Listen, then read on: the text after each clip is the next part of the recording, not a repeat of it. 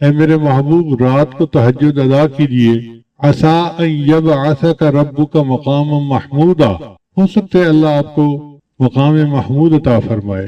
تو جیسے نبی علیہ السلام کو تہجد سے مقام محمود ملنے کی بشارت ملی، امتی کو تہجد کی پابندی سے اللہ کا قرب ملنے کی بشارت ہے۔ ایک بات ذہن میں رکھیے کہ تہجد کے وقت میں فرشتے ان بندوں کی فہرست بناتے ہیں جو اللہ سے محبت کرنے والے ہیں۔ اب اگر ایک دن تہجد مس ہو گئی تو لسٹ میں سے نام نکل گیا، پھر دوسرے دن مس ہو گئی تو پھر نام نکل گیا۔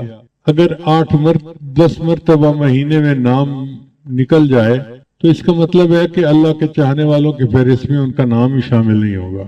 اس لیے عام لوگوں کے اوپر تہجد لازم نہیں ہے، لیکن جو سالک ہوں اور اللہ سے محبت چاہنے کے طالب ہوں ان کے لیے تہجد بہت ضروری ہے۔ اور تہجد پڑھنا کوئی مشکل کام بھی نہیں۔ کون کہتا ہے کہ آپ آدھی رات سے تہجد پڑھیں؟ عادت بنائیں کہ اذان ہونے سے آدھا گھنٹہ پہلے اٹھنا کی عادت بن جائے۔ فرض کرو اذان ہوتی ہے 4:45 پہ، تو آدھا گھنٹہ پہلے اٹھیں اور 15 منٹ میں وضو کر لیں۔ اور اگر کسی کو واش روم میں زیادہ وقت لگتا ہے تو وہ اتنا پہلے اٹھ لے، کیونکہ بعض لوگ نوجوان جو ہیں وہ بیت الخلاء میں زیادہ ٹائم لگاتے ہیں، بیت الخلاء میں جا کے ایسے بیٹھتے ہیں جیسے بیت الخلا ہوتی ہے۔ تو 15 منٹ میں وضو کر کے جو آخری 15 منٹ ہیں بس اس میں 4 رکعت ہلکے پڑھ لیں۔ پہلی 2 رکعت قل یا ایھا الکافرون اور قل واللہ احد کے ساتھ، اور دوسری 2 رکعت جتنا اللہ توفیق عطا فرمائے، سورہ یاسین شریف پڑھیں اور سورتیں پڑھیں جو یاد ہیں۔ بس یہی تہجد ہے۔ آج کے دور میں جو بندہ یہ عمل کر لے گا تہجد ہو جائے گی۔ پھر اس کے بعد فجر کا وقت ہو جائے گا تو فجر پڑھیں اور باقی معمولات فجر کے بعد کریں۔ اگر آپ کہتے ہیں جی نیند پوری نہیں ہوئی تو فجر کے بعد پھر سو جائیں۔ پہلے دور میں تہجد بین النومین ہوتی تھی اور آج کے دور میں فجر بین النومین ہوتی ہے، لیکن تہجد کی بہرحال پابندی ہونی چاہیے، حاضری لوگ نہیں چاہیے۔ ہمارے حضرت فرمایا کرتے تھے مزدور سارا دن مزدوری کرتا ہے، جب شام کو اجرت ملنے کا وقت ہوتا ہے تو اس وقت وہ حاضر ہوتا ہے، غیر حاضر نہیں ہوتا۔ اسی طرح سالک کو تہجد کے وقت روزینہ ملتا ہے اللہ کی طرف سے، تو وہ کیسے اس وقت سویا ہوا ہو سکتا ہے؟ جنید بغدادی رحمۃ اللہ فرمایا کرتے تھے کہ سب کا شکرامات اڑ گئے، آخری رات کے چند نفل کام آ گئے۔ تو یہ آخری رات کے چند نفل جو ہیں یہ انتہائی ضروری ہیں۔ اللہ تعالیٰ ہمیں باقاعدگی کے ساتھ تہجد پڑھنے کی توفیق عطا فرمائے۔ جو تہجد میں رکاوٹیں ہیں ان میں سب سے پہلی ہے بد نظری، اور دوسرا ہے ایسی چیزیں کھانا بازار کی کہ جن میں حلال حرام کی ملاوٹ ہو، تو اس سے پھر انسان تہجد سے محروم ہو جاتا ہے۔ حدیث مبارکہ میں ہے جب رات آتی ہے تو 3 طرح کے لوگ ہوتے ہیں، 3 طرح کی جماعتیں ہوتی ہیں۔ ایک وہ فرشتے، ایک وہ لوگ کہ اللہ تعالیٰ اپنے فرشتوں کو حکم فرماتے ہیں کہ دیکھو یہ میرے محبوب لوگوں کے اٹھنے کا وقت ہے، جاؤ اور ان کو پر مار کے جگا دو۔ تو فرشتے آ کے پر مار کے جگا دیتے ہیں، خود بخود آنکھ کھل جاتی ہے۔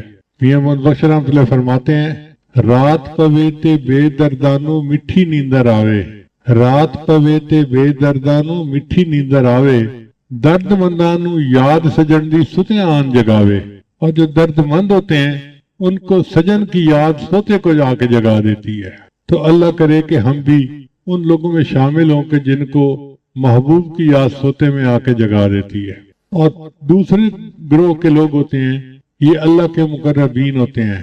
اللہ فرشتوں کو فرماتے ہیں دیکھو یہ میرے محبوب لوگ ہیں، دین کا کام کرنے والے، تھکے ہوئے ہیں، آرام کر رہے ہیں، جا کے ان کی کروٹ بدل دو۔ یہ چاہیں گے تو سو جائیں گے اور چاہیں گے تو یہ کھڑے ہو کے نماز پڑھیں گے۔ میں ان کے سونے پہ بھی راضی، میں ان کے جاگنے پہ بھی راضی۔ یہ ایسا ہی ہے کہ جیسے کوئی کاریگر آئے اور اس کا ہتھیار جو ہے وہ ٹھیک کرنے کی ضرورت پڑ جائے تو وہ اپنے مزدوری کے وقت میں اپنے ہتھیار کو ٹھیک کرتا ہے اور اس کی مزدوری کاٹی نہیں جاتی کہ اتنا وقت آپ نے کام نہیں کیا، بھئی وہ چیز اس میں شامل ہوتی ہے۔ اسی طرح جو لوگ دین کا کام کرنے والے ہیں تو وہ بھی ایسے ہی کریں کہ دین کا کام کریں، اور اللہ تعالیٰ ان کے جاگنے پہ بھی راضی، ان کے سونے پہ بھی راضی۔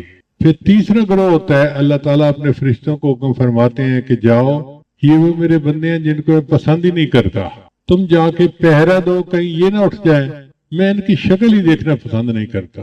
تو اس لیے اگر تہجد قضا ہوتی ہے تو آپ دل میں یہ سوچیں کہ اللہ تعالیٰ میری شکل دیکھنا ہی پسند نہیں کرتے، اور کوشش کریں کہ باقاعدگی کے ساتھ اہتمام کے ساتھ تہجد پڑھیں۔ وہ چند لمحے تو 24 گھنٹے کا نچوڑ ہوتا ہے۔ نماز کے حکم کے لیے اللہ نے اپنے محبوب صلی اللہ علیہ وسلم کو عرش پر بلایا اور وہاں پر نماز کا تحفہ عطا فرمایا۔ شروع میں 50 نمازیں فرض تھیں۔ نبی علیہ السلام جب واپس آنے لگے تو بہت خوش تھے کہ میرے پروردگار نے مجھے تحفہ دیا، میں اپنی امت کے پاس اللہ کا تحفہ لے کر جاؤں گا۔ راستے میں ایک آسمان کے اوپر حضرت موسیٰ علیہ السلام انتظار میں تھے۔ پوچھا، اے اللہ کے حبیب صلی اللہ علیہ وسلم، اللہ تعالیٰ نے آپ کو کوئی تحفہ دیا؟ فرمایا 50 نمازوں کا۔ تو انہوں نے کہا، اے اللہ کے محبوب صلی اللہ علیہ وسلم، میری امت پر چند نمازیں فرض تھیں اور ان کے لیے وہ پڑھنی بھی مشکل ہو گئی تھی۔ 50 نمازیں تو بہت زیادہ ہیں، مشکل ہو گئی تھی۔ 50 نمازیں تو بہت زیادہ ہیں، آپ اللہ تعالیٰ سے عرض کریں کہ اللہ اس کو کم کر دیں۔ تو نبی علیہ السلام پھر اوپر عرش پر تشریف لے گئے۔ اللہ تعالیٰ نے 5 نمازیں کم کر دیں، 45 ہو گئی۔ پھر دوبارہ موسیٰ علیہ السلام نے کہا، پھر نبی علیہ السلام نے دوسری مرتبہ عرض کیا تو 40 ہو گئی۔ غرض 9 مرتبہ اوپر نیچے جانا ہوا اور 45 نمازیں معاف ہو گئیں اور 5 نمازیں رہ گئیں۔ پھر نبی علیہ السلام نے فرمایا موسیٰ علیہ السلام کو کہ اب مجھے اللہ کے سامنے جاتے ہوئے حیا آتی ہے، شرم آتی ہے۔ 5 نمازیں تو ہیں، میری امت 5 نمازیں پڑھ لے گی، مگر اللہ نے فرمایا کہ میرے محبوب صلی اللہ علیہ وسلم آپ کی امت 5 نمازیں پڑھے گی، ہم ان کے نام اعمال میں 50 نمازوں کا ثواب لکھیں گے۔ من جاء بالحسنۃ فلہ عشر امثالها، اللہ تعالیٰ نے 10 گنا اجر دینے کا وعدہ فرمایا۔ اب یہاں پر 2-3 نکتے ہیں، وہ ذرا غور سے سنیے کہ نبی علیہ السلام نے مسجد اقصی میں سب انبیاء کی امامت فرمائی، تو حضرت موسیٰ علیہ السلام کیوں راستے میں بیٹھے تھے؟ حضرت ابراہیم علیہ السلام کیوں نہ بیٹھے؟ حضرت آدم علیہ السلام کیوں نہ بیٹھے؟ کوئی اور نبی علیہ السلام کیوں نہ بیٹھے؟ حضرت موسیٰ علیہ السلام راستے میں بیٹھے انتظار کیوں کر رہے تھے؟ علماء نے جواب دیا کہ حضرت موسیٰ علیہ السلام کلیم اللہ تھے، وہ کوہ پہ جاتے تھے، اللہ تعالیٰ سے ہم کلامی کرتے تھے۔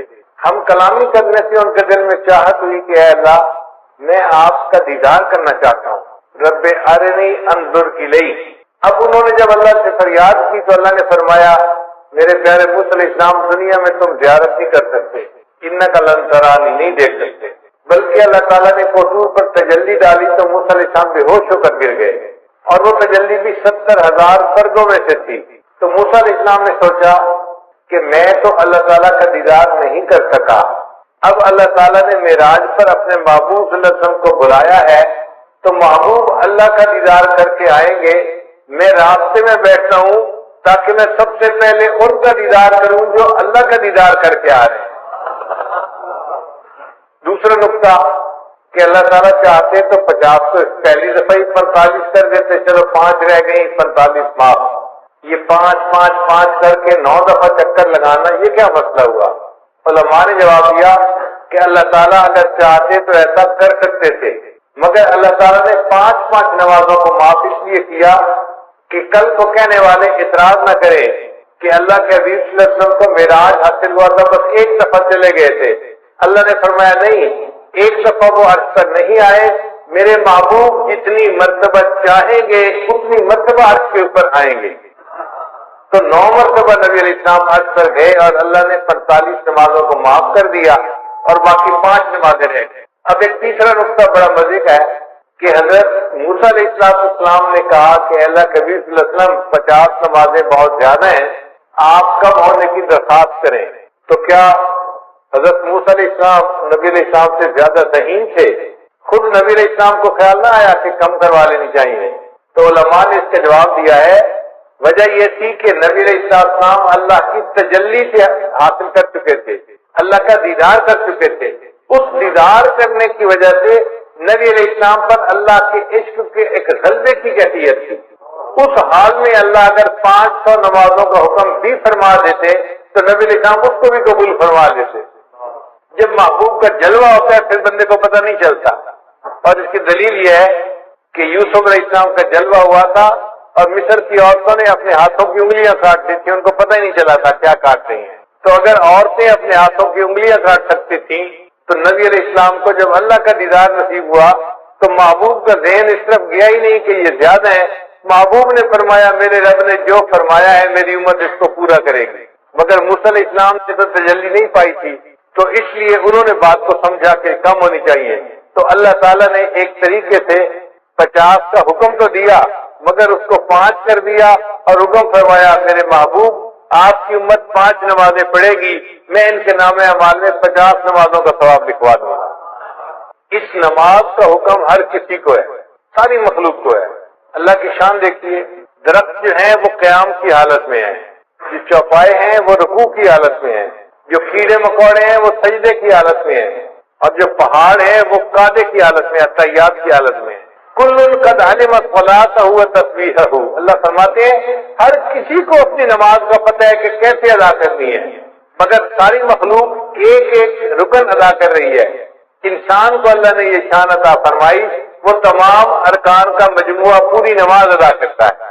حدیث پاک میں آتا ہے عرش پہ فرشتے ہیں وہ بھی نماز ادا کرتے ہیں، جو قیام میں ہے وہ ساری زندگی قیام میں رہے گا، رکوع نہیں کر سکے گا، جو رکوع میں ہے ساری زندگی رکوع میں رہے گا، سجدے میں نہیں جائے گا، جو سجدے میں ہے ساری زندگی سجدے میں رہے گا، اتحیات میں نہیں جائے گا، جو اتحیات میں ہے ساری زندگی اتحیات میں۔ تو فرشتے ایک ایک رکن پر عمل کرتے ہیں، اور اللہ نے انسان کو یہ شان عطا فرمائی، ان تمام ارکان کا مجموعہ پوری نماز تکبیر اولیٰ سے لے کے سلام پھیرنے تک انسان کو عطا فرمایا۔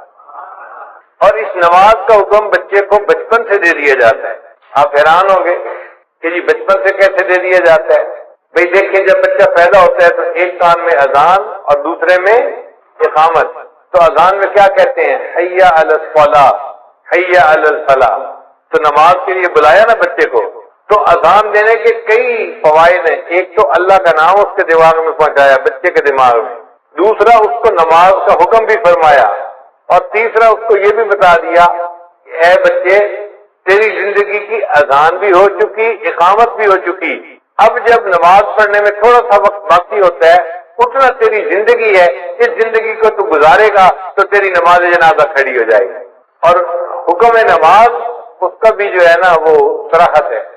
دیکھیے اللہ تعالیٰ نے حضرت عیسیٰ علیہ السلام کو فرمایا تھا کہ آپ اپنی والدہ کی گواہی دیں، تو عیسیٰ علیہ السلام نے کہا تھا انی عبد اللہ آتانی الکتاب وجعلنی نبیا وجعلنی مبارکا اینما کنت واوصانی بالصلاۃ والزکاۃ۔ تو دیکھو بچہ ہے کہہ رہا ہے کہ اللہ نے مجھے حکم دیا نماز کا، تو بچپن میں ہی گویا نماز کا حکم مل جاتا ہے بچے کو۔ پڑھنی تو ہوتی ہے جب وہ بالغ ہوگا، فرض اس وقت ہوگی، حکم پہلے سے دے دیا جاتا ہے اس کی اہمیت کی وجہ سے۔ یہ نماز کتنی اہم ہے، یہ ایسے ہی ہے بچہ چھوٹا ہوتا ہے، ماں باپ بچپن میں کہہ دیتے ہیں بیٹا ہم نے تجھے حافظ بنانا ہے، ہم نے تجھے عالم بنانا ہے، تجھے انجینئر بنانا ہے، ڈاکٹر بنانا ہے، ہم نے تجھے پائلٹ بنانا ہے۔ اب وہ چھوٹا سا بچہ ہے لیکن پائلٹ بننے کے لیے اس کو اسی وقت سے کہنا شروع کر دیتے ہیں اہمیت کی وجہ سے۔ اسی طرح نماز کے لیے بچپن میں کہہ دیا گیا، اگرچہ نماز فرض تو ہونی تھی جب اس نے جوان ہونا تھا۔ صلاۃ عربی کا لفظ ہے اور اس کے جو حروف اصلی ہیں وہ 3 ہیں، صاد، لام اور الف، صلاۃ۔ اور جس لفظ کے یہ حروف ہوں اس کے 3 معنی ہوتے ہیں، ایک ہوتا ہے دعا کرنا، دوسرا ہوتا ہے تعظیم کرنا، اور تیسرا ہوتا ہے ٹیڑھے پن کو ٹھیک کرنا۔ تو نماز میں یہ تینوں صفات پائی جاتی ہیں۔ نماز میں تعظیم الہی بھی ہے۔ آپ دیکھیں تعظیم کے 4 طریقے ہوتے ہیں، کسی کو دیکھ کے ادب سے کھڑا ہو جائے، کسی کو دیکھ کے اس کے سامنے جھک جائے، کسی کو دیکھ کے اس کے پاؤں کے اوپر جو ہے وہ جا پڑے، یا کسی کو دیکھ کے تو اٹھ کے بیٹھ جائے۔ تو 4 طریقے تھے، اللہ نے نماز میں چاروں طریقے مکمل کر دیے۔ تو نماز میں تعظیم بدرجہ اعظم موجود ہے۔ دوسرا ہوتا ہے کہ دعا کرنا، نماز میں دعا موجود ہے، ہم پڑھتے ہیں رب اجعلنی مقیم الصلاۃ ومن ذریتی، یہ دعا ہے جو ہم نماز میں مانگ رہے ہوتے ہیں۔ اور تیسرا معنی ہے ٹیڑھے پن کو ٹھیک کرنا، تو جیسے آگ کے ذریعے سے بانس اگر ٹیڑھا ہو تو اس کو سیدھا کر لیا جاتا ہے، اسی طرح نماز بھی اپنے نور کی گرمی سے انسان کے ٹیڑھے اخلاق کو ٹھیک کر دیتی ہے، انسان کو نیک بنا دیتی ہے۔ اور ایک نقطہ اور بھی ہے کہ 5 نمازیں اللہ نے کیوں بنائی؟ 7 بن جاتی، 3 بن جاتی، 10 بن جاتی، 5 کیوں؟ علماء نے اس کا خوبصورت جواب دیا. وہ فرماتے ہیں کہ اللہ تعالیٰ نے ہر انسان کو 5 حواس عطا فرمائے، 5 جن کو حواس خمسہ کہتے ہیں. چھوٹے بچے سکولوں میں پڑھتے بھی ہیں. وہ 5 حواس کون سے ہیں؟ دیکھنا، سننا، سونگنا، چھونا اور چکھنا. یہ 5 حواس ہیں جو اللہ نے ہر بندے کو عطا فرمائے ہیں، اور 5 حواس پر شکریہ ادا کرنے کے بدلے اللہ نے ان پر 5 نمازیں فرض فرما دی. جو 5 نمازیں پڑھتا ہے وہ گویا 5 حواس کا شکریہ ادا کر رہا ہوتا ہے. بعض علماء نے کہا کہ 5 نعمتیں بنیادی ہیں: کھانا، پینا، کپڑا، مکان، بیوی. اب یہ ہر بندے کو ان کی ضرورت ہوتی ہے، تو اللہ نے 5 نمازیں اس لیے فرض ادا فرمائی کہ میرے بندے 5 نمازیں پڑھنے سے تم 5 نعمتوں کا شکر ادا کرنے والے بن جاؤ. بعض علماء نے لکھا کہ 5 مصیبتیں ہیں جن میں سے ہر بندے نے گزرنا ہے. ایک ہے موت، دوسری ہے قبر، تیسرا ہے حشر، چوتھا ہے پل صراط، اور 5واں ہے میزان. یہ 5 ایسی مصیبتیں ہیں کہ جن میں سے ہر بندے کو گزرنا ہی ہے، چاہے نیک ہو یا بد ہو. اللہ نے 5 نمازیں فرض فرمائی. جو میرا بندہ 5 نمازیں پڑھے گا میں ان کو ان 5 مصیبتوں میں سے آسانی کے ساتھ گزار دوں گا. اب سوال پیدا ہوتا ہے کہ اللہ تعالیٰ نے فجر کے وقت نماز کو فرض فرمائی. تو علماء نے جواب دیا کہ حضرت آدم علیہ السلام کو اللہ نے رات کے وقت اتارا تھا زمین پر، تو وہ بڑا اللہ کے سامنے روئے، دعائیں مانگی. جب صبح کی روشنی ہوئی تو انہوں نے شکرانے کی نماز پڑھی. تو حضرت آدم علیہ السلام کے شکرانے کی نماز کی وجہ سے اللہ نے امت کو فجر کی نماز عطا فرمائی کہ تم بھی اپنے والد اکبر کی طرح سے اپنے اعمال کا شکریہ ادا کرنے والے بن جاؤ گے. پھر دوسرا، جنت میں جو اللہ تعالیٰ کا دیدار ہوگا وہ صبح کا وقت ہوگا، جیسے طلوع ہونے سے پہلے کا وقت ہوتا ہے نا، اس طرح کا وقت ہوگا. تو اللہ تعالیٰ نے فرمایا میرے بندو تم دنیا میں فجر کی نماز پڑھو گے تو اس کے بدلے تمہیں میں جنت میں اپنا دیدار عطا فرما دوں. پھر حضرت یوسف علیہ السلام نے بھی شکرانے کے نوافل پڑھے تھے. بھائیوں نے جب ان کو کنویں میں ڈال دیا تھا تو کنواں تھا اور یوسف علیہ السلام بچے تھے. اب کنویں کی تنہائی بھی تھی، اوپر سے رات کا اندھیرا بھی آ گیا، تو یوسف علیہ السلام بڑے غمزدہ تھے. ایک تو بھائیوں نے زیادتی کی اور دوسرا تنہائی تھی اور اندھیرا تھا، اور وہ سمجھ رہے تھے کہ شاید اب مجھے باقی زندگی اندھیرے میں ہی گزارنی پڑے گی. جب تہجد کا وقت ہوا تو یوسف علیہ السلام بڑے پریشان تھے. حدیث پاک میں آتا ہے انہوں نے اس وقت دعا مانگی، اے اللہ میری پریشانی کو بھی دور کر دے اور جو بھی پریشان بندہ ہے دنیا میں اس کی بھی پریشانی کو دور کر دے. اللہ تعالیٰ نے یوسف علیہ السلام کی دعا کو ایسے قبول کیا کہ وہ رات کا ایسا وقت ہوتا ہے ہر پریشان بندے کی پریشانی ختم ہو جاتی ہے. آپ دیکھیں کوئی بندہ فوت ہو گیا، گھر کے سارے لوگ پریشان ہیں، سارا دن روئیں گے، رات بھر روتے رہیں گے. آپ دیکھیں گے تہجد کے وقت ان کو بھی نیند آ جائے گی، وہ بھی پرسکون ہو جائیں گے. کسی بندے کی بیماری ہو تو آپ دیکھیں کہ تہجد کے وقت اسپتال میں مریضوں کی حالت پرسکون ہو جاتی ہے. تو ہر بندے کی پریشانی تہجد کے وقت میں اللہ کم کر دیتے ہیں. یہ یوسف علیہ السلام کی دعا قبول ہوئی، اللہ نے ہر پریشان کی پریشانی کو دور فرما دیا. پھر جب صبح کی روشنی ہونے لگی، طلوع ہونے کا وقت ہوا، تو یوسف علیہ السلام نے شکرانے کے نفل پڑے تھے کہ چلو اندھیرے سے تو جان چھوٹی، مجھے پتہ تو چلا نا کہ یہ روشنی کا وقت آ گیا ہے. اب ان کے اس شکریہ کے نماز پڑھنے کو اللہ تعالیٰ نے امت مسلمہ کے لیے بھی پسند فرمایا کہ تم بھی یوسف علیہ السلام کی طرح اس وقت اگر فجر کی نماز پڑھو گے تم بھی اللہ کی نعمتوں کا شکر ادا کرنے والے بن جاؤ. پھر ظہر کی نماز اللہ نے کیوں فرض فرمائی؟ اس لیے کہ ظہر کے بعد سورج ڈھلتا ہے، تو مومن کو اللہ نے سبق دیا. دیکھو چڑھتے سورج کی ہر کوئی پرستش کرتا ہے، لیکن جب سورج ڈھلنے لگ جائے تم اپنے رب کی عبادت کرو. ہم چڑھنے اور اترنے والوں کی پرورش نہیں کرتے، ہم اپنے رب کی پرورش کرتے ہیں. ہم سورج اور چاند کی پرورش کرنے والے نہیں، ہم اپنے پروردگار کی عبادت کرنے والے بندے ہیں. پھر یہ کہ وہ گرمی کا وقت ہوتا ہے تو اللہ تعالیٰ نے فرمایا میرے بندو تم میں سے جو کوئی ظہر کی نماز پڑھے گا گرمی کے وقت میں میں اس کے بدلے اس کے لیے قیامت کے دن کی گرمی کا جو ہے نا برداشت کرنا آسان کر دوں گا، اس کو میں عرش کا سایہ عطا فرما دوں گا۔ پھر عصر کا وقت وہ وقت ہے کہ جب آدم علیہ السلام نے جنت میں گندم کا دانہ کھایا تھا، تو چونکہ ایک بھول ہو گئی تھی تو اللہ تعالیٰ نے اس وقت نماز کو فرض فرما دیا کہ بندو تم بھی نماز پڑھو، تمہارے جد امجد سے بھول ہو گئی تھی، میں نے اس کو معاف کر دیا تھا، اب تم عصر کی نماز پڑھو گے، تم سے زندگی میں جو کوئی بھول چوک ہوگی میں اس کو بھی معاف فرما دوں گا۔ پھر عصر کے وقت حضرت یونس علیہ السلام کو مچھلی نے اپنے پیٹ سے باہر نکالا تھا، تو اللہ تعالیٰ نے فرمایا کہ میرے بندو تم بھی حالات کی مچھلی کے پیٹ میں پھنس سکتے ہو۔ مثال کے طور پہ کوئی قرضے کے اندر پھنسا ہوا ہے، ادا نہیں ہو رہا، کسی کا کاروبار بند ہے، چلتا نہیں، کوئی بیماری کی مصیبت میں پھنسا ہوا ہے، بیماری دور نہیں ہوتی، کوئی بچی گھر بیٹھی ہے، رشتہ نہیں آتا، وہ حالات کی مچھلی کے پیٹ میں پھنسی ہوئی ہے۔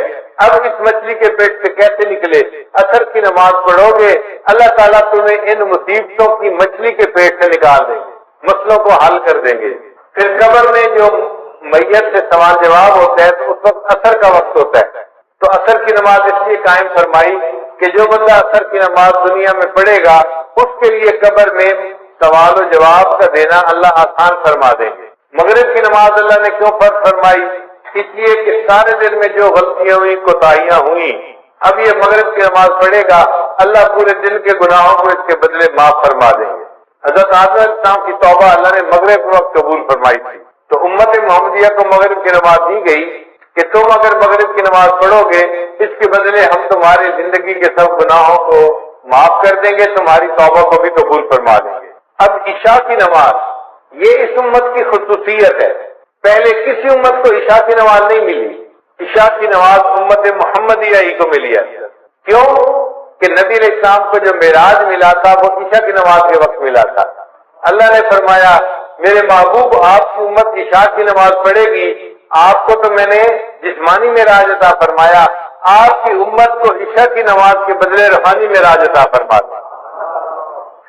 ایک سوال ذہن میں یہ پیدا ہوتا ہے کہ نماز میں رکعتیں 2 ہوتی ہیں، 3 ہوتی ہیں یا 4 ہوتی ہیں؟ فجر کی 2 رکعت فرض ہے، ظہر کی 4 رکعت فرض ہے، مغرب کی 3 رکعت فرض ہے، تو 2، 3 اور 4 رکعتیں، یہ رکعتوں کا سلسلہ ایسے کیوں ہے؟ 1 رکعت ہوتی، 2 رکعت ہوتی، کام ختم ہو جاتا، آخر 2 رکعت، 3 رکعت یا 4 رکعت میں کیا حکمت ہے؟ قرآن مجید کی آیت ہے اللہ نے فرشتوں کو بنایا جاعل الملائکۃ رسلا اولی اجنحۃ مثنی و ثلاث و رباع، اللہ نے فرشتوں کو پیدا کیا، بعض فرشتوں کے 2 پر ہیں، بعض کے 3 اور بعض کے 4۔ اللہ نے فرمایا کہ میرے محبوب صلی اللہ علیہ وسلم فرشتوں کو میں نے پرواز عطا کی 2 پروں سے، 3 پروں سے، 4 پروں سے۔ اب آپ کی امت نماز پڑھے گی، رکعتیں 2 ہوں گی، 3 ہوں گی، 4 ہوں گی، جیسے فرشتوں کو روحانی ترقی میں نے عطا فرمائی، آپ کی امت کو ان فرائض کی رکعتیں پڑھنے پر میں روحانی ترقی عطا فرما دوں گا۔ پھر کل رکعتیں جو انسان کے اوپر لازم ہے وہ 17 ہیں، 2 فجر کی، 4 ظہر کی، 4 عصر کی، 3 مغرب کی، اور عشاء کی 4 رکعت فرض اور 3 رکعت وتر، یہ 17 رکعتیں بنتی ہیں۔ تو 17 رکعتیں کیوں دی گئی؟ علماء نے جواب دیا کہ نبی علیہ السلام نے معراج میں 17 چیزوں کی سیر کی تھی، 8 جنتوں کی، 7 آسمانوں کی، تو 7 اور 8 15 بن گئے، اور 1 عرش اور 1 کرسی، 17 ہو گئے۔ اللہ نے اپنے حبیب صلی اللہ علیہ وسلم کو 17 چیزوں کی سیر عطا فرمائی تھی، اس کے بدلے ہمارے اوپر 17 رکعتیں فرض فرما دی۔ امت ان 17 رکعتوں کو ادا کرے گی، میں ان کو بھی روحانی طور پہ سیر عطا فرما دوں گا۔ نماز معراج کیوں ہے اور عبادت معراج کیوں نہ بنی؟ اس لیے کہ نماز میں مومن اپنا سر سجدے میں اتنا جھکاتا ہے کہ انتہا ہو جاتی ہے۔ اسی لیے اگر کہیں گھاس والی جگہ ہو اور نماز پڑھنی پڑے تو بندہ اگر گھاس کے اوپر پیشانی لگا کے اٹھا لے تو سجدہ نہیں ہوتا، یا کوئی فوم کا گدا ہو اور بندہ اوپر پیشانی لگا کے اٹھا لے تو سجدہ ادا نہیں ہوتا۔ سجدے کے لیے ضروری ہے کہ اتنا سر جھکائے کہ نیچے سے زمین کی سختی محسوس ہونے لگ جائے۔ جب سختی نیچے سے محسوس ہوگی، اب سر نیچے جا ہی نہیں سکتا، تب سجدہ مکمل ہوگا۔ اللہ نے فرمایا میرے بندے تو نے سجدہ کرنے میں اپنے سر کو جھکانے کی انتہا کر دی، اس حالت میں میرے بندے میں نے تجھے اٹھانے کی انتہا کر دی، میں نے تجھے معراج عطا فرما دیا۔ اس لیے سجدے کی حالت میں مومن معراج کی حالت میں ہوتا ہے۔ اب ایک اہم سوال کہ نماز میں سورہ فاتحہ پڑھنی کیوں ضروری ہے؟ نبی اسلام نے ارشاد فرمایا ان الصلاۃ تنہا، نبی اسلام نے فرمایا لا صلاۃ الا بفاتحۃ الکتاب، کہ سورہ فاتحہ پڑھے بغیر نماز نہیں ہوتی۔ علماء نے لکھا ہے کہ فاتحہ پڑھنی ضروری ہے، اگر کسی بندے نے نماز میں فاتحہ پڑھ لی تو باقی کچھ بھی نہیں پڑھا اس کی نماز ہو جائے گی، فاتحہ نہیں پڑھی تو نماز نہیں ہوتی، نماز فاتحہ پڑھنی ضروری۔ اتنی اہمیت کیوں ہے؟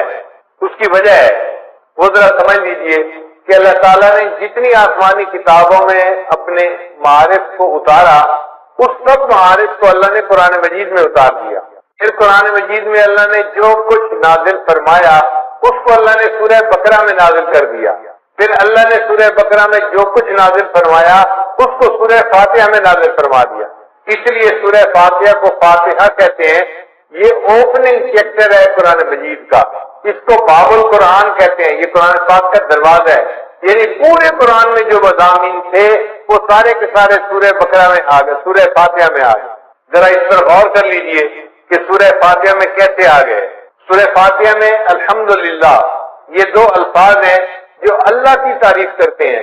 اب پورے قرآن مجید میں اللہ کی جتنی تعریفیں ہیں، جتنی اللہ کی عظمت بیان ہوئی، اللہ کی کبریائی بیان ہوئی، وہ الحمدللہ کے لفظ میں سمٹ کے آ گئی کہ تعریفیں سب کس کے لیے ہیں؟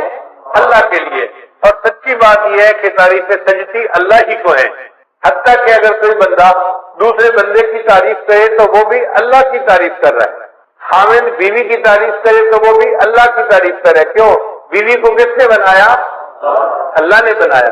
بیوی خاوند کے اچھے اخلاق کی تعریف کرتی ہے تو وہ اللہ کی تعریف کر رہی ہے۔ خاوند کو اچھے اخلاق کس نے دیے؟ اللہ نے دیے۔ ماں باپ اولاد کی تعریف کریں تو اللہ کی تعریف، کیوں؟ اولاد کس نے دی؟ اللہ نے دی۔ ہم دنیا کی کسی چیز کی تعریف کریں وہ تعریف حقیقت میں اس کے پیدا کرنے والے کی تعریف ہے، تو تعریف کا مالک حقدار حقیقت میں فقط اللہ ہی ہے۔ الحمدللہ ان الفاظ میں بندہ اقرار کرتا ہے اے اللہ، تعریف اگر کسی کی ہو سکتی ہے تو وہ آپ ہی کی ذات ہے، آپ ہی تو تعریف سجتی ہے، تعریفوں کی انتہا ساری کی ساری آپ کے لیے ہے۔ اس لیے قیامت کے دن نبی اسلام کے ہاتھوں میں جو جھنڈا ہوگا اس کا نام ہوگا لواء الحمد، حمد کا جھنڈا، اور نبی اسلام کا نام اللہ نے رکھا احمد۔ احمد کا معنی وہ بندہ جس نے اللہ کی سب سے زیادہ دنیا میں تعریفیں کی ہوں، اور واقعی جتنی نبی اسلام نے اللہ کی تعریفیں کی ہیں دنیا میں کسی اور نے اللہ کی اتنی تعریفیں نہیں کی۔ اور اس امت کا نام قیامت کے دن ہوگا حمادون، اللہ کی سب سے زیادہ تعریفیں کرنے والے۔ اور نبی اسلام کو جنت میں جو گھر ملے گا، محل ملے گا، اس کا نام ہوگا بیت الحمد۔ تو اللہ تعالیٰ کے لیے سب حمد ہے، اس لیے فرشتے بھی کہیں گے وقیل الحمدللہ رب العالمین۔ تو سب تعریفیں کس کے لیے ہیں؟ تو الحمدللہ کے الفاظ نے اللہ تعالیٰ کی تمام تعریفوں کو اپنے اندر سمیٹ لیا۔ پھر آگے فرمایا رب العالمین، جو جہانوں کا رب ہے۔ رب کہتے ہیں آقا کو، مولا کو، پرورش دینے والے کو۔ جیسے ماں باپ بچے کی پرورش کرتے ہیں تو ماں باپ بیٹے کے رب ہوتے ہیں، مربی ہوتے ہیں۔ مالی پودے کی پرورش کرتا ہے، اس کو چھوٹے سے لے کے درخت تک جو ہے وہ لے جاتا ہے تو وہ اس کا مربی ہوتا ہے۔ اسی لیے یہ رب کی صفت پرورش دینے والے کی صفت ہے۔ اللہ تعالیٰ ساری کائنات کا رب ہے، وہ ساری کائنات کو پالتا ہے۔ پالنے کی صفت کس میں ہے؟ اللہ رب العزت کے اندر۔ اس لیے اللہ تعالیٰ نے انسان کو دنیا میں بھیجنے سے پہلے عالم ارواح میں پیدا فرمایا چھوٹے چھوٹے جسموں کے ساتھ، اور ان سے وعدہ لیا تھا الستو بربکم، کیا میں تمہارا رب نہیں ہوں؟ تو اس سوال کے جواب میں نبی علیہ السلام نے سب سے پہلے کہا تھا بلا، اے اللہ آپ ہی ہمارے پروردگار ہیں، رب ہیں۔ اور آپ کے جواب کو سن کر پھر ساری مخلوق نے اس جواب کو ریپیٹ کیا تھا اللہ آپ ہی ہمارے رب ہیں۔ اللہ نے فرمایا اچھا، سب نے میرے ساتھ وعدہ تو کر لیا، مجھے رب سمجھتے ہو، میں تمہیں دنیا میں بھیجتا ہوں آزمانے کے لیے کہ دنیا میں جا کے تم کس کو رب مانتے ہو۔ چنانچہ آج لوگ سمجھتے ہیں ہم نوکری سے پل رہے ہیں، ہم فیکٹری سے پل رہے ہیں، ہم زراعت سے پل رہے ہیں، ہم کاروبار سے پل رہے ہیں۔ نہیں، ہم اللہ سے پل رہے ہیں، اللہ ہمیں پال رہا ہے، ہمیں کوئی اور چیز نہیں پال رہی۔ اسی لیے دعوت تبلیغ والے لوگ کہتے ہیں نا کہ بھائی ان اسباب کی نفی کرو۔ سچی بات ہے، جس طرح پہلے زمانے میں لات اور منات کی نفی کی جاتی تھی، اسی شد و مد کے ساتھ ان اسباب کی نفی کرنی چاہیے، اپنے دل کو سمجھانا چاہیے میں زراعت سے نہیں پل رہا، میں اپنی تجارت سے نہیں پل رہا، میں اپنی نوکری سے نہیں پل رہا، میں فیکٹری سے نہیں پل رہا، مجھے کون پال رہا ہے؟ میرا اللہ مجھے پال رہا ہے۔ رب ہمارا کون ہے؟ اللہ ہے، اللہ پالنے والا ہے۔ تو نظر اللہ پہ رکھیں، اسباب پہ نظر نہ رکھیں۔ تو نے پتھر میں کیڑے کو پالا، خشک مٹی سے سبزہ نکالا، یہ تیرا ہے جہاں، یہ زمین آسماں ہے خدایا، کس نے تیری حقیقت کو پایا۔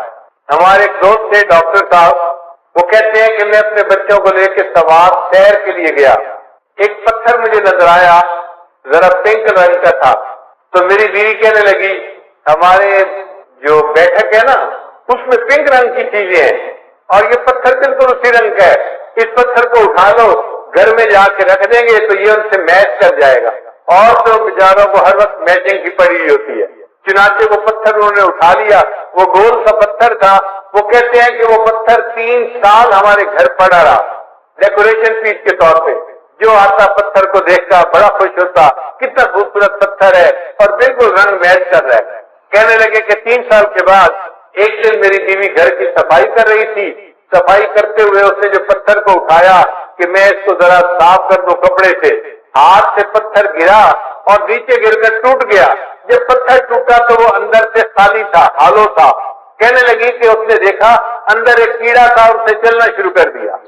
3 سال وہ پتھر ہمارے گھر میں رہا اور اللہ نے اس بند پتھر کے اندر اس کیڑے کو پال کے دکھا دیا۔ تو جو پروردگار مخلوق کو رزق دیتا ہے، پالتا ہے، اس پروردگار ہی کے لیے تعریفیں ہیں۔ تو رب العالمین کے لیے لفظ سے گویا ہم نے اتنی بڑی بات کو تسلیم کر لیا کہ ہمارا رب کون ہے، اور وہ ایک بندے کا رب نہیں ہے یا انسانوں کا رب نہیں ہے، وہ جہانوں کا رب ہے، جو مخلوق ہے جہاں بھی ہے سب کا رب وہی ہے۔ اسی لیے قرآن مجید کو الحمدللہ رب العالمین سے شروع کیا اور آخر پہ جا کے ختم کیا قل اعوذ برب الناس ملک الناس، تو رب کے لفظ پہ جا کے قرآن مجید کو ختم بھی کیا۔ اور انسان جب دنیا سے جائے گا قبر میں تو فرشتے آ کے جو پہلا سوال پوچھیں گے وہ سوال ہوگا من ربک، تیرا رب کون ہے، تو دنیا میں کیا ایمان بنا کے آیا، کیا سیکھ کے آیا، بتا تیرا رب کون ہے۔ جو اللہ پہ توکل کرتا ہوگا وہ کہے گا ربی اللہ، میرا رب اللہ ہے، اور جس نے دنیا میں محنت کی ہوگی وہ کہے گا ہے ہاتھ لا ادری، مجھے نہیں پتا میرا رب کون ہے، پھر اس کی پٹائی ہوگی۔ اس لیے یہ رب کے سبق کو ہم نے اچھی طرح یاد کرنا ہے تاکہ قبر میں بھی سوال کا جواب دینا آسان ہو جائے، اور قیامت کے دن بھی انسان اپنے رب کے سامنے کھڑے ہوں گے۔ یوم یقوم الناس لرب العالمین، انسان اپنے رب کے سامنے کھڑے ہوں گے۔ تو رب العالمین کے لفظ نے اللہ کی ربوبیت کو کے مضمون کو اپنے اندر سمیٹ لیا۔ اب ربوبیت قاہرانہ بھی ہوتی ہے اور ربوبیت راحمانہ بھی ہوتی ہے۔ باپ بھی مربی ہوتا ہے مگر روب ہوتا ہے، جلال ہوتا ہے، تھپڑ بھی لگا دیتا ہے بچے کے، سختی کرتا ہے، اور ماں میں بھی جو ہے یہ ربوبیت ہوتی ہے، مربیانہ صفت ہوتی ہے مگر رحمت والی ہوتی ہے۔ ماں محبت سے بچے کی پرورش کرتی ہے۔ اب اللہ تعالیٰ اس کائنات کے رب ہیں تو ان کی ربوبیت کہتی ہے، فرمایا الرحمن الرحیم، رحمت والی ربوبیت ہے اللہ کی، وہ رحمت کی ربوبیت سے پوری کائنات کی پرورش فرما رہا ہے۔ اب رحمان اور رحیم 2 لفظ ہیں۔ رحمان کہتے ہیں اس ذات کو کہ جس کے پاس بے انتہا خزانے ہو، اور رحیم کہتے ہیں کہ اس کے خزانے استعمال بھی بے انتہا ہو رہے ہوں۔ 2 صفتیں ہوتی ہیں، بندے کے پاس پیسہ بھی بہت زیادہ ہو اور دل بھی بہت بڑا ہو کہ اپنے پیسے کو غریبوں پہ تقسیم بھی کر رہا ہو، کئی مرتبہ بندہ سخی تو بڑا ہوتا ہے، پیسے ایک دینا پیسے کا نہیں ہوتا، اس کی سخاوت کس کام کی؟ یا بندے کے پاس پیسہ تو بہت ہوتا ہے، خرچ کرنے کی صفت نہیں ہوتی، تو پیسہ کس کام کا؟ مزہ تو تب ہے کہ پیسہ ہو بھی بہت زیادہ اور خرچ کرنے کی عادت بھی خوب ہوتی۔ اللہ تعالیٰ میں یہ دونوں صفتیں موجود ہیں۔ اللہ کے پاس رحمتوں کے خزانے بھی بے انتہا ہیں اور اللہ کی رحمت خرچ بھی بے انتہا ہو رہی ہے، اپنے اور پرائے سب پہ خرچ ہو رہی ہے۔ رحمان کہتے ہیں اس کو جو دنیا میں اپنے اور پرائے سب پر رحمت فرماتا ہے۔ دیکھیں دنیا میں کافروں کو جو رزق ملتا ہے کون دیتا ہے؟ کافروں کو اولاد کون دیتا ہے؟ صحت کون دیتا ہے؟ رزق کھانے کو کون دیتا ہے؟ اللہ دیتا ہے۔ وہ کتنا رحیم ہے، رحمان ہے کہ جو ایمان والوں کو بھی رحمت نواز رہا ہے اور کافروں کو بھی رحمت سے نواز رہا ہے۔ تو اپنے اور پرائے سب کو وہ ایمان والوں کو بھی دیتا ہے، وہ وفاداروں کو بھی دیتا ہے، وہ دنیا میں غداروں کو بھی دیتا ہے۔ وہ بڑا کریم آتا ہے اور قیامت کے دن اللہ تعالیٰ ایمان والوں کے ساتھ خاص رحمت فرمائیں گے۔ وَكَانَ بِالْمُؤْمِنِينَ رَحِيمًا۔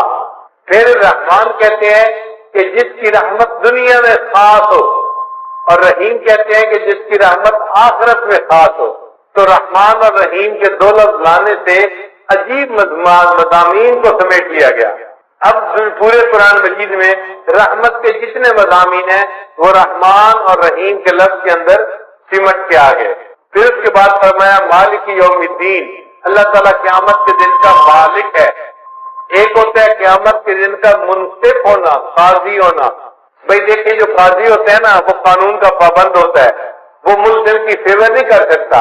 وہ کہتا ہے جی مجھے تو قانون کے مطابق فیصلہ کرنا تھا، میں تو مجبور تھا، میں فیور نہیں کر سکتا۔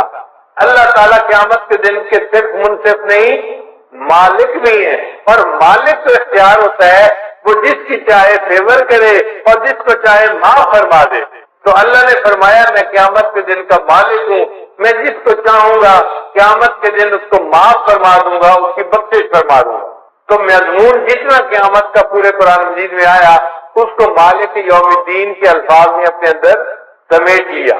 پھر اس کے بعد فرمایا ایاک نعبد، اے اللہ ہم آپ ہی کی عبادت کرتے ہیں۔ عبادت کے لائق فقط اللہ ہی کی ذات ہے۔ عبادت کس کی کرنی چاہیے؟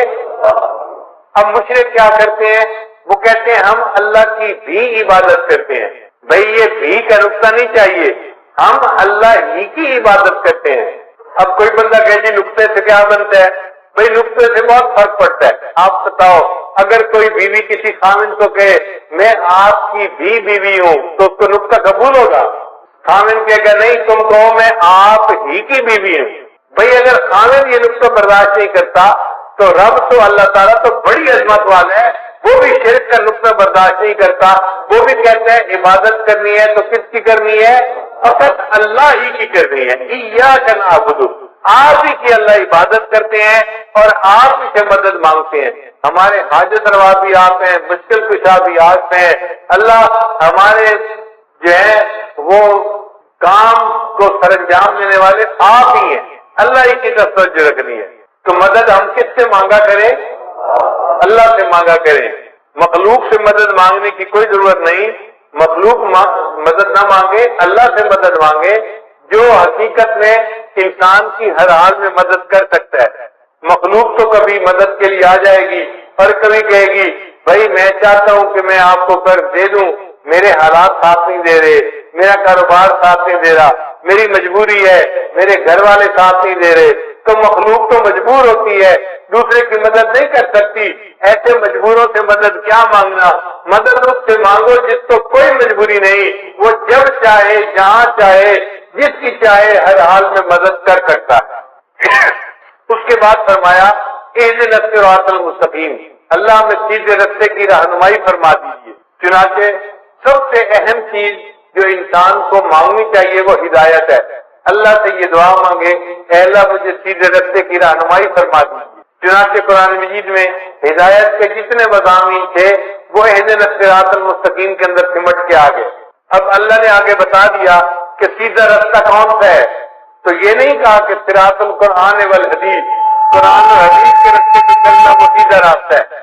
اللہ نے فرمایا نہیں، صراط الذین انعمت علیہم، ان لوگوں کا راستہ جن پر اللہ تیرا انعام ہوا، وہ بندے جس راستے کے اوپر چلے ہم ان کے پیچھے چلیں گے، ان کی اقتدا کریں گے، ان کی پیروی کریں گے۔ تو نیک بندوں کی پیروی کرنے کو سیدھا راستہ بتایا گیا۔ اس لیے ہم جو اپنے بڑوں کی اقتدا کرتے ہیں، حقیقت میں ہم اللہ کے نیک بندوں کی پیروی کر رہے ہوتے ہیں۔ اللہ وہ نیک بندے کون سے ہیں؟ اللہ نے فرمایا 4 ہیں، ان کی عبادت، ان کی پیروی کرنا۔ کون سے؟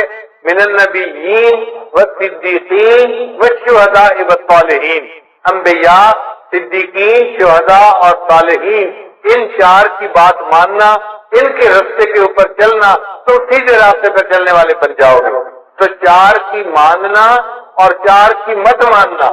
اللہ وہ 4 جن کی نہ مانے وہ کون سے ہیں؟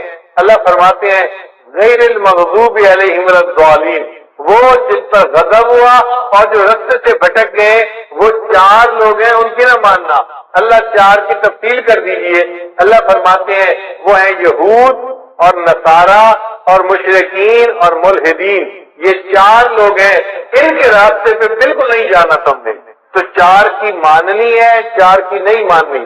جن کی ماننی ہے وہ انعام یافتہ لوگ ہیں، انبیاء، صدیقین، شہداء اور صالحین، اور جن کی نہیں ماننی وہ ہیں یہود، نصارہ، مشرکین اور ملحدین۔ اللہ تعالیٰ ہمیں ان 4 مغضوب علیہم لوگوں کے راستے پر قدم اٹھانے سے محفوظ فرمائے، اور ہمیشہ اپنے انعام یافتہ بندوں کے راستے پہ چلنے کی اللہ ہمیں توفیق عطا فرمائے۔ اس لیے کیونکہ پورے قرآن مجید کے مضامین کا خلاصہ سورہ بقرہ میں آ گیا، اللہ تعالیٰ نے سورہ بقرہ کا نماز میں پڑھنا لازم کر دیا، فرمایا لا صلاۃ الا بفاتحۃ الکتاب۔ اس لیے سورہ فاتحہ کا پڑھنا ضروری ہے۔ ہم جب نماز پڑھیں تو سورہ فاتحہ کے ایک ایک لفظ کے مضمون پر غور کریں اور سوچیں کہ اللہ نے کیا حکم دیا اور ہمیں اس کے مطابق اپنی زندگی کو بنانے کی ضرورت ہے۔ اب ایک اور نقطہ، آخر اللہ تعالیٰ کو نماز اتنی پسند کیوں ہے کہ نبی علیہ السلام نے فرمایا مومن اور کافر کے درمیان فرق کرنے والی چیز نماز ہے، اور جو بندہ نماز پڑھے گا اللہ تعالیٰ اس کے سارے دن کے کاموں کا ذمہ دار بنے گا، اللہ اس کے کاموں میں اس کی مدد کرے گا، اور اس کی اللہ تعالیٰ ہر حال میں جو ہے وہ پشت پناہی فرمائیں گے۔ تو نماز آخر اتنی پسند کیوں ہے؟ اللہ کیوں خوش ہوتے ہیں؟ علماء نے اس کا جواب دیا کہ جب مومن نماز پڑھتا ہے تو اس سے شکل جو ہوتی ہے نا وہ احمد کے لفظ کی بنتی ہے۔ قیام میں ہماری حالت الف کی مانند ہوتی ہے، رکوع میں ہماری حالت ہا کی مانند ہوتی ہے، اور سجدے میں ہماری حالت میم کی مانند ہوتی ہے، اور اتحیات میں ہماری حالت دال کی مانند ہوتی ہے۔ اب سب ارکان کو جمع کرو تو کون سا لفظ بنا؟ احمد کا لفظ بنا، اور احمد اللہ کے محبوب کا نام ہے۔ اللہ فرماتے ہیں میرے بندے تو نماز میری پڑھ رہا ہے لیکن تیرا جسم میرے محبوب کے نام کی شکل بنا رہا ہے، تو مجھے میرے محبوب کی یاد دلا رہا ہے، اس حال میں مجھے تیرے اوپر بھی پیار آ رہا ہے، تجھ سے بھی مجھے محبت ہو گئی۔ پھر سجدہ جو ہے نا یہ نماز کے اندر سب سے اہم پوزیشن ہے کہ بندہ اپنی پیشانی اللہ کے سجدہ فنا کی مانند ہے اور سجدے سے اٹھنا بقا کی مانند ہے، اس لیے سجدے کی بڑی اہمیت ہے۔ اس کی مثال یوں سمجھیں کہ جیسے کوئی کسی کے قدموں پہ جا پڑے منت سماجت کرتے ہوئے، بندہ اپنے پروردگار کے قدموں پہ جا پڑتا ہے، اس کے سامنے سر کو زمین پہ رکھ دیتا ہے،